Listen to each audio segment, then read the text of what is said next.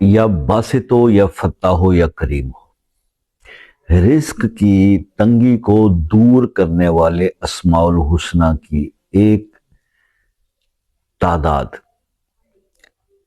313 بار پڑھنے کی عادت بنا لیں، یا باسط ہو یا فتح ہو یا کریم ہو، 313 بار۔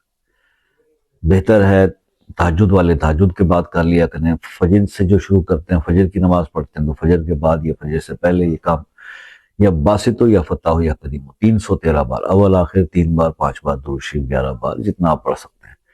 اور اس کو اپنی زندگی کا معمول بنا لیں، کبھی پیسے کی تنگی نہیں ہوگی، کبھی رزق کے پرابلم نہیں ہوں گے، ہمیشہ خوشحالی آپ پر بنی رہے گی۔ ایسے بابرکت یہ اسماء الحسنہ ہیں، اور جس کام میں ہاتھ ڈالیں گے کامیابی ہوگی۔